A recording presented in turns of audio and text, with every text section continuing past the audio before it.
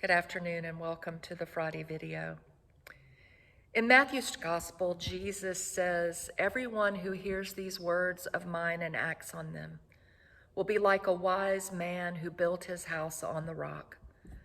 The rain fell, the floods came, and the wind blew and beat on the house, but it did not fall because it had been founded on the rock."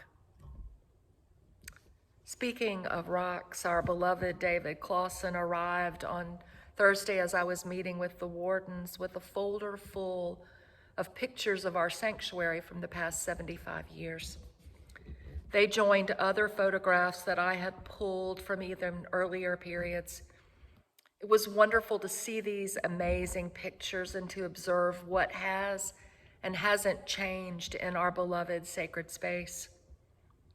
What we think has always been that way was proven to be a false assumption.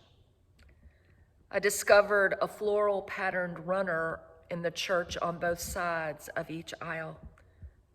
The floors had once been painted. There were area rugs at the altar and the pulpit where the lector now stands, to name but a few. Who knew we moved things or painted floors? Like many of you, I tend to want everything to stay the same.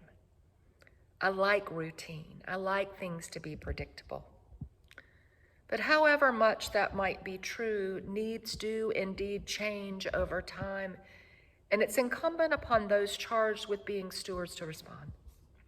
While each generation does its best to honor that which has been entrusted to them, it does so by Jesus' admonition to build our house upon the rock. God's house is where we come to hear the word of the Lord, responding in thanksgiving and action. His word, our rock.